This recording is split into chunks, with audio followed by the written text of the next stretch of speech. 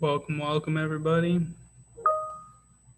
Going to get started in just a little bit. I'll make sure everybody gets in here and is ready to go.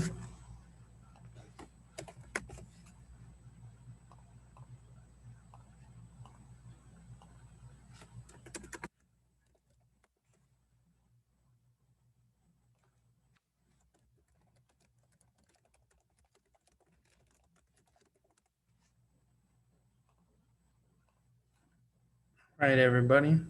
What's up, Gio? Not much. Just back here. We got one more.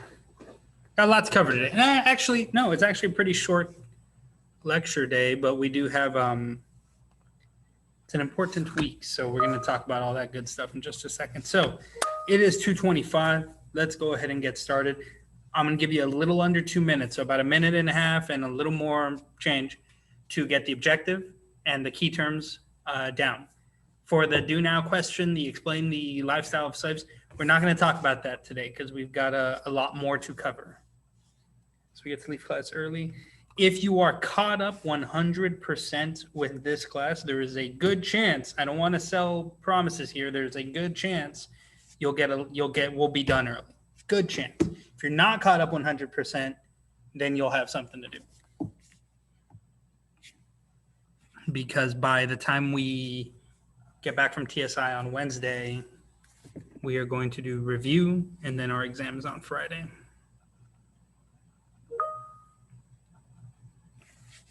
So about a little more than a minute left, or a little less than a minute, I should say.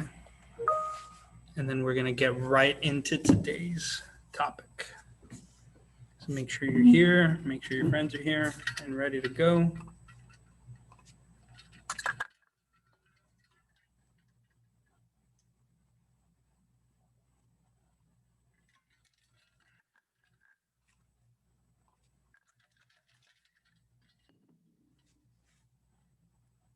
About 30 seconds.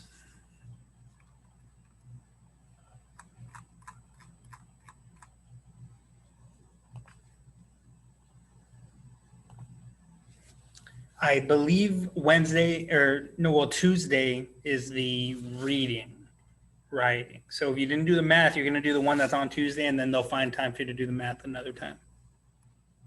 But hopefully it should be a little smoother this time around. I know for me, there were some things that weren't cleared to me, but by now they're clear. So, like the second half of the day, testing went smoother than the first half. So it should be good for tomorrow, which is at TSI's Tuesday. Wednesday we have class. So, all right, guys, time is up. So we're gonna go ahead and get started. We'll talk a little bit about the TSI and stuff at the end of the class when I'm finished here and what to expect. So today we're talking about the Antebellum South. That is what we're covering. And if you've never heard the term Antebellum South, I'm going to define it for you right away so that way you know basically what it means and what it's talking about. We're going to talk about the geography. We're going to talk about the environment. We're going to talk about what the South was like from the 1800 to 1848 period, specifically the South, specifically for everybody who wasn't a slave. We'll mention the slaves and all that, but that was last week, right, when we talked about the experience of slaves from the dawn to 48. So let's go ahead and move forward. Title, objective, we got all that stuff. So here is the definition. First definition, first thing you're writing. The Antebellum South was the southern United States from the period of the 1790s. Some sources will say like 1783, but that's too specific of a date. I like to say 1790s up through to 1861. It ended with the start of the Civil War. So I'm going to give you a minute and change. I want you to write this definition in your notes. It's the first thing that should be in your notes. What is the Antebellum South? The Antebellum South is this. And then I'm going to ask you a question about this. So get ready. And you're going to want to put the answer to this question in your notes probably because it's a pretty good thing to ask. So make sure you're writing this definition down. It's the first thing that should be in your notes. Again, it's the southern United States from the 1790s up to 1861. It ended with the start of the Civil War. That's what ends the antebellum period.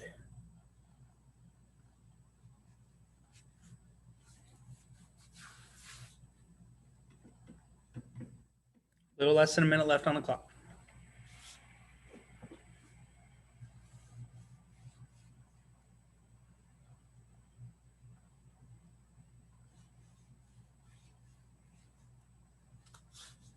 30 seconds. So with 30 seconds left, I'm going to start asking you the question. I want you to fill it in the chat box. Anything that you think, put it in the chat box. There are no wrong answers unless I tell you your answer is wrong. I'm just kidding. But no, why do you think the Civil War ends this period? Why do you think the period had to end after the Civil War, the antebellum period? So as you're finishing up with this, put in the chat box. Why did it have to end? What happened? So yeah, there's a war, but why does the period have to end? Civil War freed the slaves. Why does that end the antebellum period? Why do you think? It's a good thing to point out, right? There's no more slaves. That's a big deal. Slavery is ending. So why does that end the antebellum period? What do you think this period or this group is based on?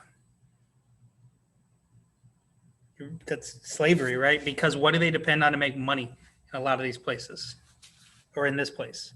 Slaves, because how do they? Yes. Slaves make the money, but how? What are the slaves doing? What are they making their slaves do? Like, what's the king in the South? In the South, what is king?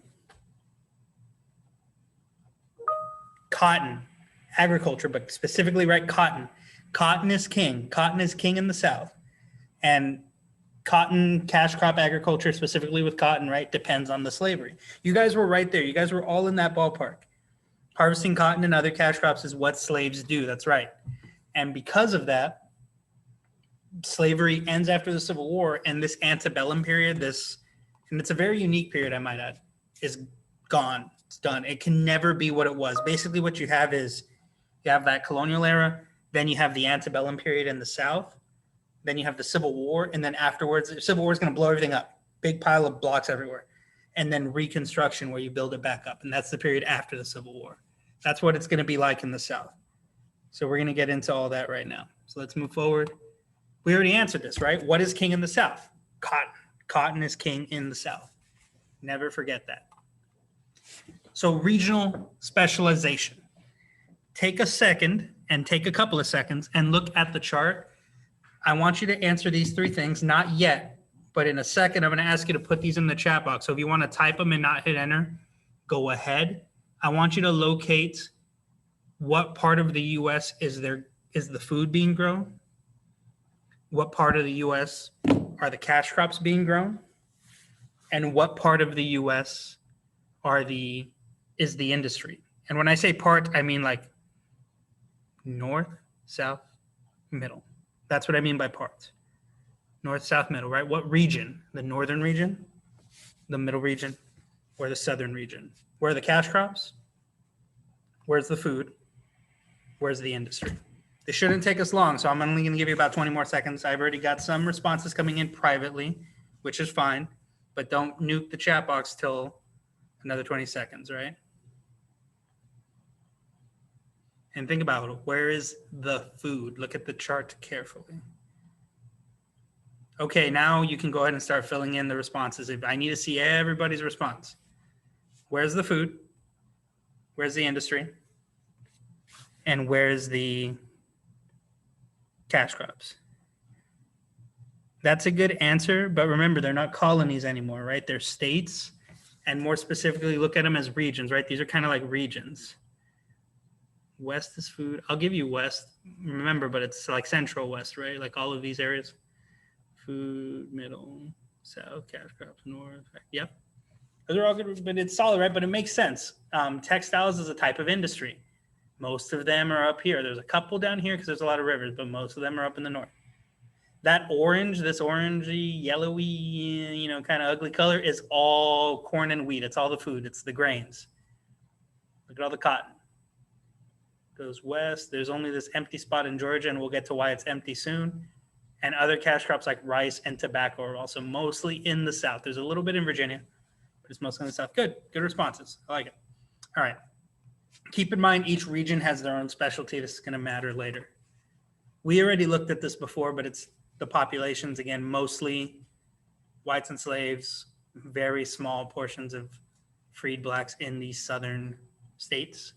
And remember, in case you didn't, right, where there's zero, it's not that there are literally zero, it's a statistical zero. So there's so few that they don't count towards 1% of the population. Like they don't equal that. So it's a statistical zero, but they are still there just in very, very small numbers, which isn't a good thing. It's just pointing it out. So, first key point is up. I'll give you about 2 minutes for it. In the South, a majority of Southerners own no slaves. But most leaders will still argue that slaves are part of the Southern way of life.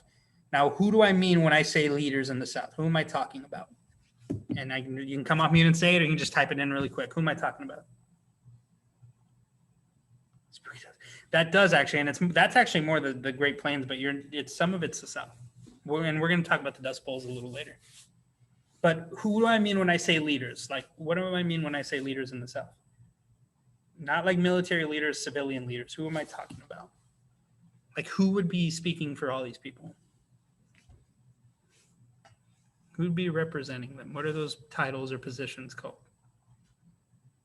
Not quite plantation owners. You're not wrong. Plantation owners believe this, but those aren't like literal leaders. Those aren't people that are elected to speak for them. Who in the government? What part of the government? Abolitionists are the opposite. They're against slavery. These people are arguing that slavery is a part of the way of life, that they need it.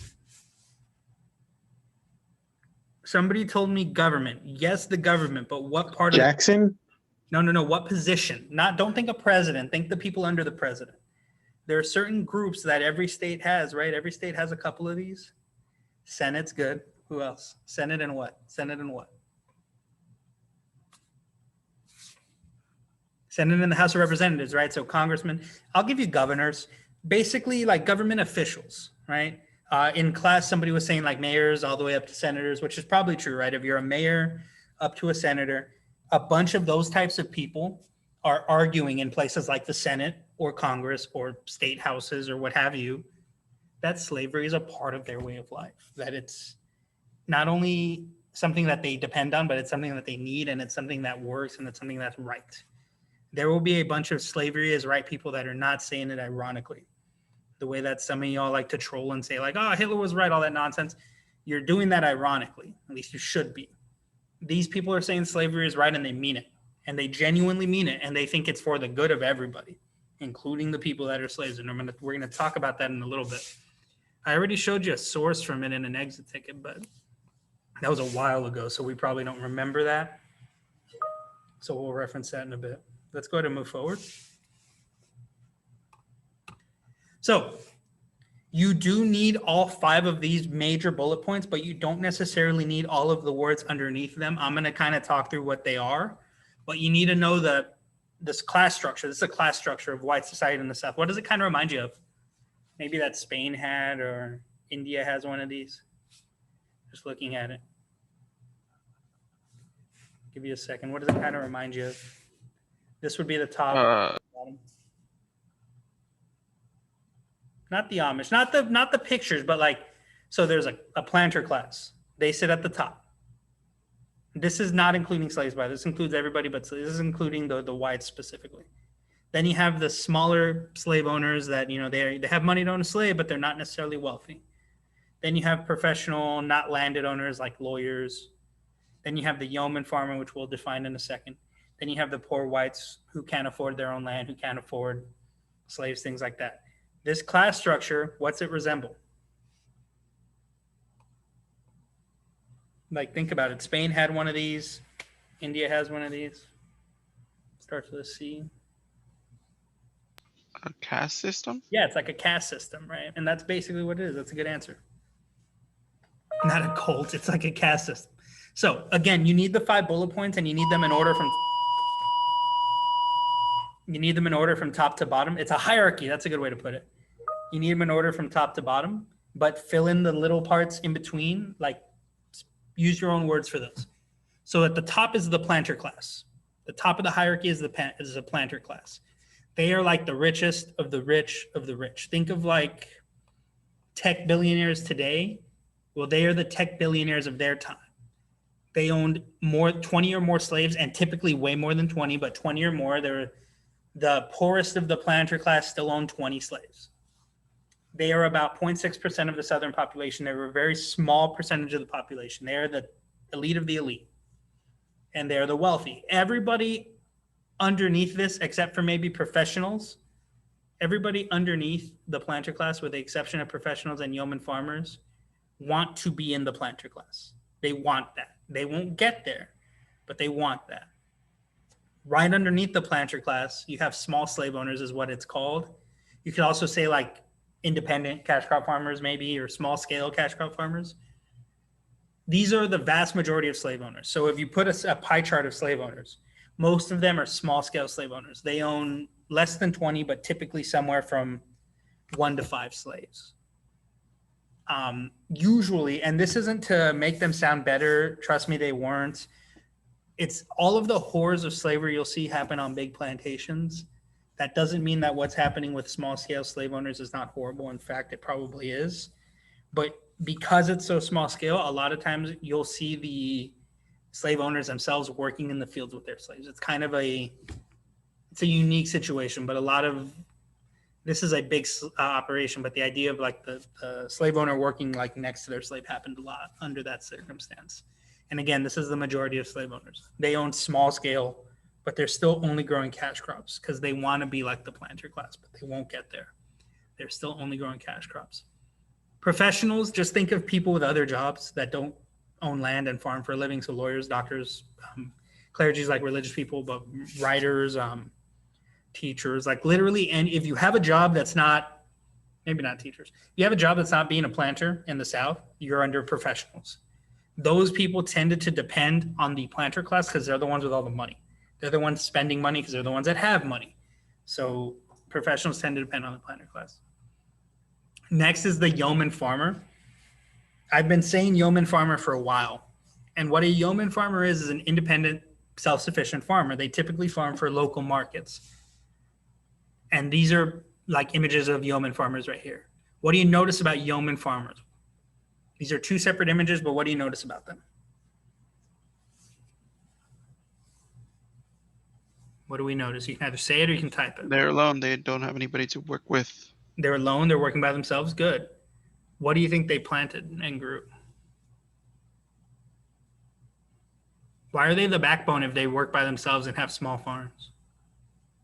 What makes them the backbone? What do they do? Probably made food. They're the ones who, yeah, and it's in the chat too. They're the ones that make food, not just for themselves. They make it for themselves too, but they also are the ones that sell it in the market. So while the small slave owners who own a lot of land in the South, by the way, are trying to grow cash crops like these guys, and these guys are only growing cash crops, the planters, the yeoman farmers are literally the ones feeding the entire South. Sometimes they sell some cash crops, but they're mainly growing food, right? Like this guy's wheat. He's reaping wheat. That was before the machine, the mechanical reaper that could do it by itself. He's doing that by hand. So that's wheat. I think this guy's cutting wood, but you get the idea of they're growing food for themselves, and then they grow a little extra on the side for the market. And typically yeoman farmers in the South, because they have such small plots, they're growing food. Because all the big plantations and all the bigger farms are growing cash crops to try to make money. So that's why they're considered the backbone. This is like the Jefferson dream is the yeoman farmer. Jefferson loves the idea of the yeoman farmer, but Jefferson's long gone by this point. Poor whites, about 10% of the population. They got a lot of bad, like rough land to farm in. They're perceived as lazy and uneducated. They're often Scots-Irish immigrants that are descendants, of former indentured servants. They got a rough, to put it lightly, but they're often seen as lazy and uneducated people. So I'll give you about a minute and a half just to fill in any gaps. And if you have questions about one of the classes, let me know, and I will help you fill that in. But again, you need the 5 classes of the hierarchy, the 5 points in order. So it goes from planter to small scale slave owner to professional to yeoman farmer to poor white. So I'll give you about a minute and a half for that.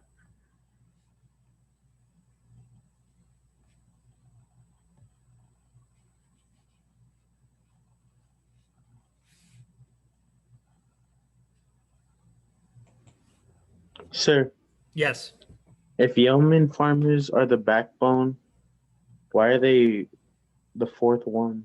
Shouldn't they be like 2 or 3? Well, you would think, but look at it this way, right? They're the backbone. They're the ones that kept the South fed. Doesn't mean they're appreciated for it. Does that make sense?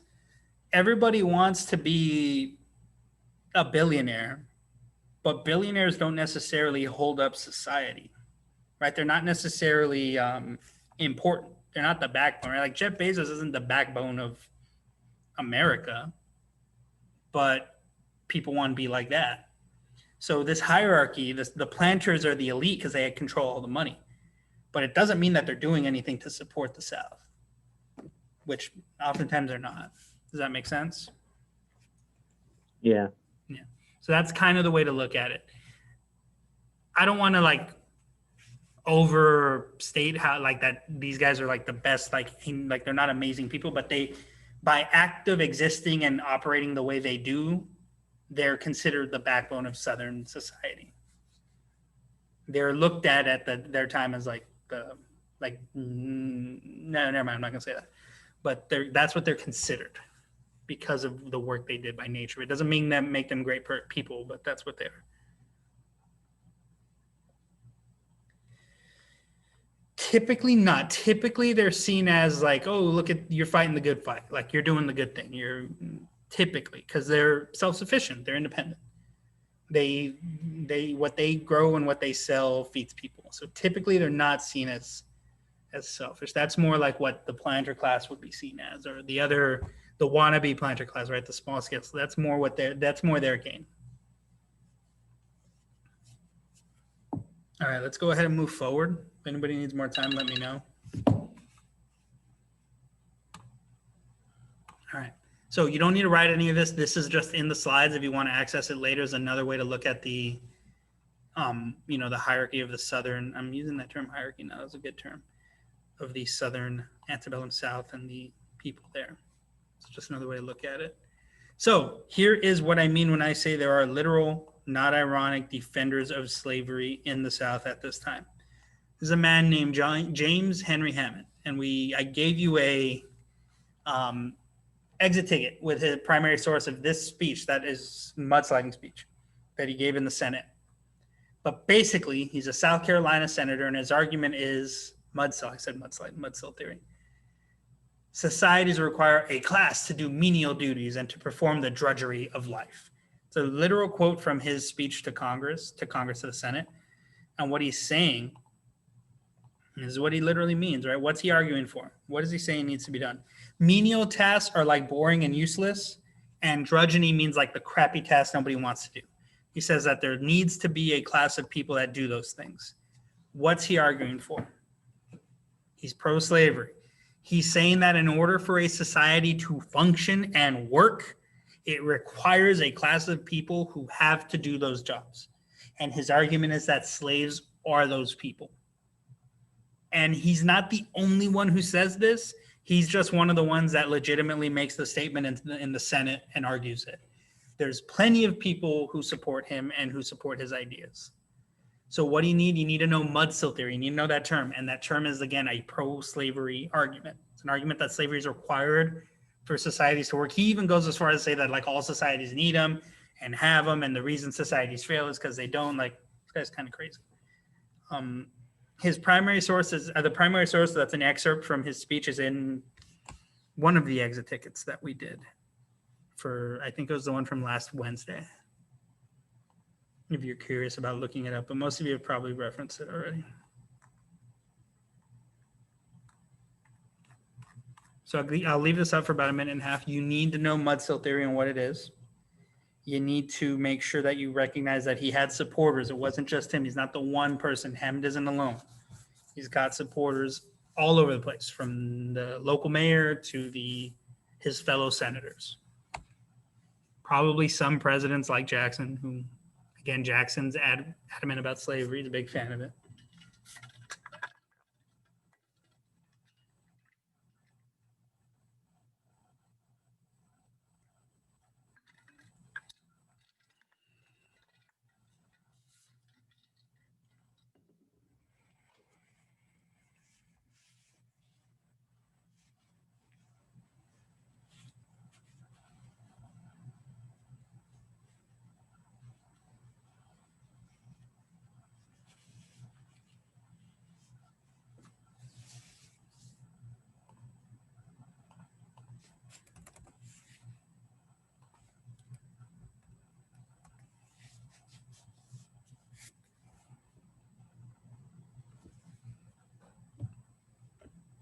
About 30 seconds.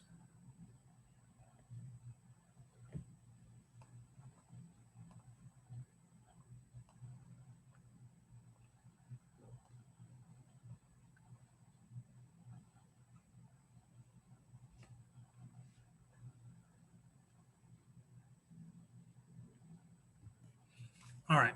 So, next key point. Southern business leaders will continue to rely on the production and export of traditional, can't stress that enough, traditional agricultural staples, contributing to the growth of distinctive Southern regional identity. Can I go back? I can go back really quick. Give you another 30 seconds on there.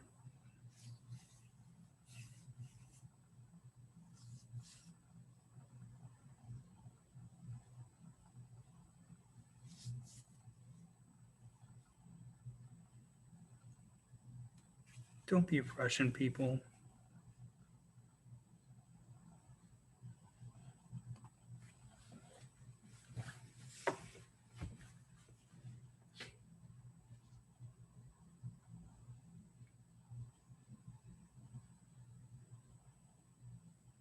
You're just trying to get out of here early so you can play COD. Don't be rushing nobody. All right, moving on now. Again, so traditional staples of the South are still being grown in the South. So that way those very specific regional identities can still be maintained. We're going to talk about what I mean by staples in a second. But you've probably heard that term, right? Like, oh, you need to go to that restaurant. It's a San Antonio staple. Or, oh, you need to do this over when you're visiting there. It's a staple of that. Like, it's a main thing. It's a main key idea or place or thing that you have to have from there, right? Every region has its own staples of what make it great or make it special. That's basically what a staple is.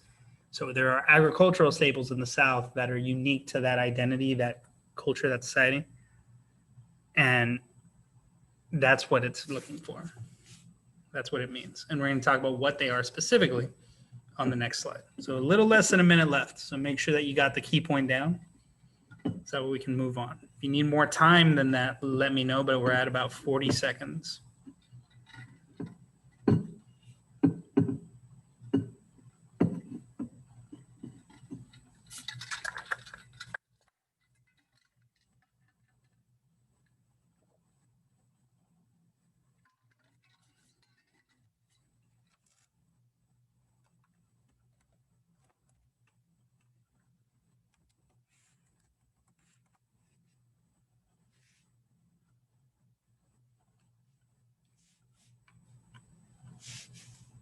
All right, we're going to go ahead and move forward.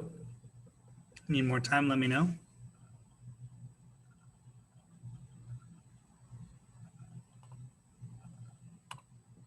So, Southern agriculture, despite a heavy shift to a reliance on cotton, which happens, and it still does happen, some places of the South still used other crops like their own local ones that they were good at. Tobacco, rice, and even sugar are still used in the South. So you basically need this last part, and you got to know that even though mostly everybody switches to cotton, there are still some that maintain their original stuff. So a lot of, like in Virginia, there's a lot of tobacco, right? Same with like Kentucky, Tennessee, a little bit, Missouri. A lot of tobacco. Tobacco is like a staple of those regions even to today. A lot of rice in the Carolinas. Rice is a very major cash crop. It's one of the only ones you can eat. And then sugar. Sugar is a big deal, but it's only really good for growing in the Louisiana territory, state. So I'll leave that up for about a minute and a half. Again, if you need more time after that minute and a half, let me know. But you need that second bullet point especially. You need to name the different cash crops that are still being grown in the South.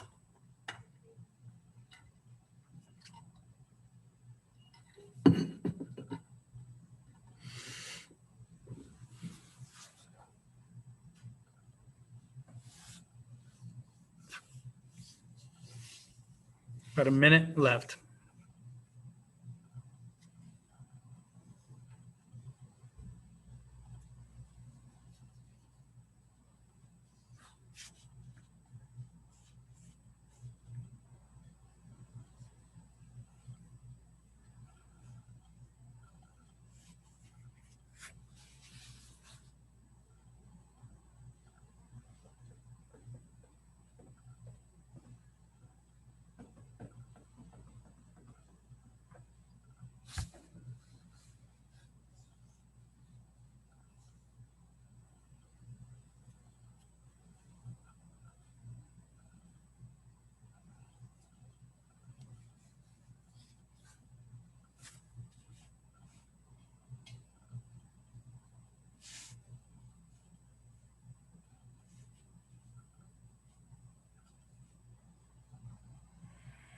All right. So we're going to go to move forward. Last key point, next key point. Overcultivation depleted the areas of good land in the South. So slaveholders and planters, specifically the wealthier ones, relocated their plantations further west past the Appalachian Mountains, spreading slavery with it. So slavery is mostly in the Southeast, but due to overcultivation, too much plantings, too much stuff, and ruining the soil, a lot of the wealthy planters who could afford it moved out west, and in doing so, they brought slavery with them. So what probably would have stayed isolated in those regions moves further out west and starts to get involved in there. So just keep that in mind for key point 3. I'll give you about 2 minutes for this one because it's a bit more than the other ones. But it is the last one.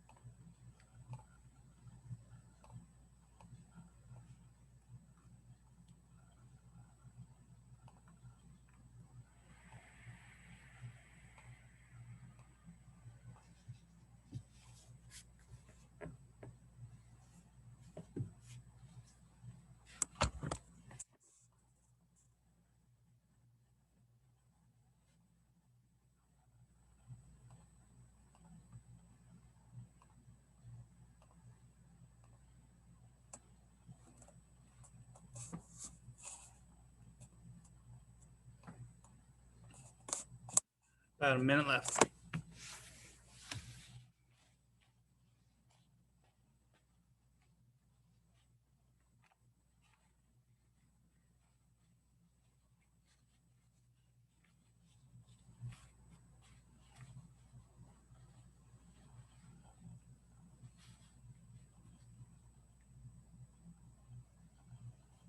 $30 seconds.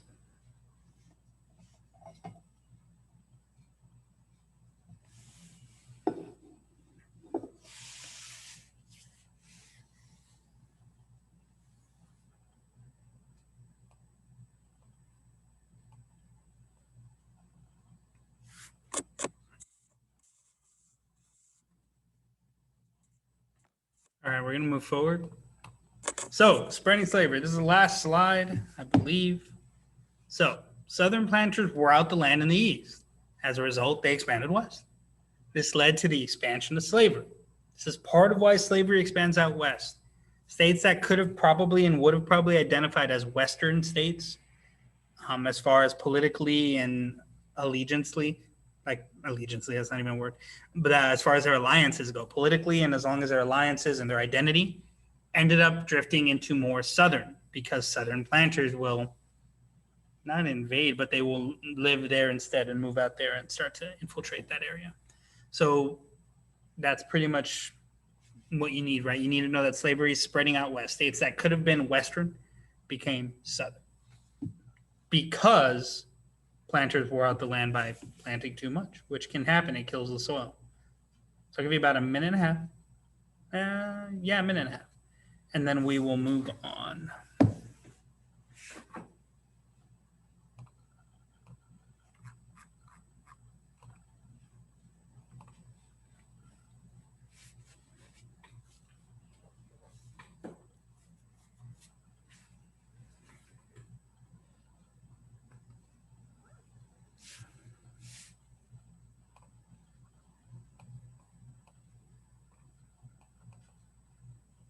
About a minute left.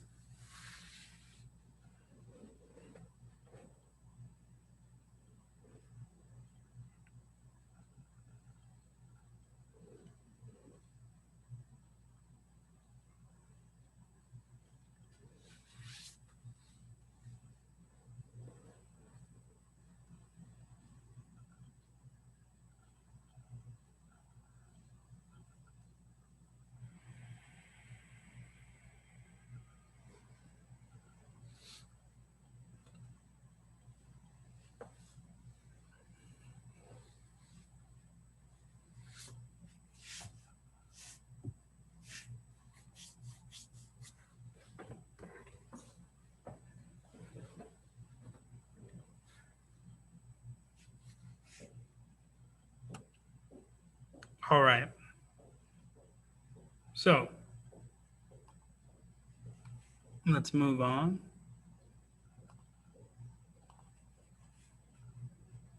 Before you leave and start working on the exit ticket, a couple of things to say.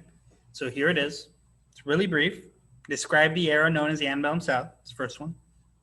Identify and explain the experience of African Americans and free and enslaved during this era in the South. And then identify what will end this era, what will cause it to end. That's 3 really easy, really brief exit ticket. No reason why we shouldn't all do it. Now, when you're done with that, I want you to go and check on your LEQ. If you've already submitted your LEQ and you already saw your feedback, you're good, right? But there's the practice one from a few weeks ago, and then there's the one from Friday. The one from Friday is not really an LEQ. It's more about the thinking skills, but there's a thesis at the end I wanted you to do. If you haven't done one of those 2 things, I will be on this call till the time ends or until everybody's done. So I'll be on the call. Get that done. Get that submitted. After TSI testing, we are going to do review and practice for the LEQ, and then Friday is the LEQ. So it's your last chance before you have to take the exam, which is an LEQ. So a lot of the general feedback was, hey, more detail, or hey, answer the question.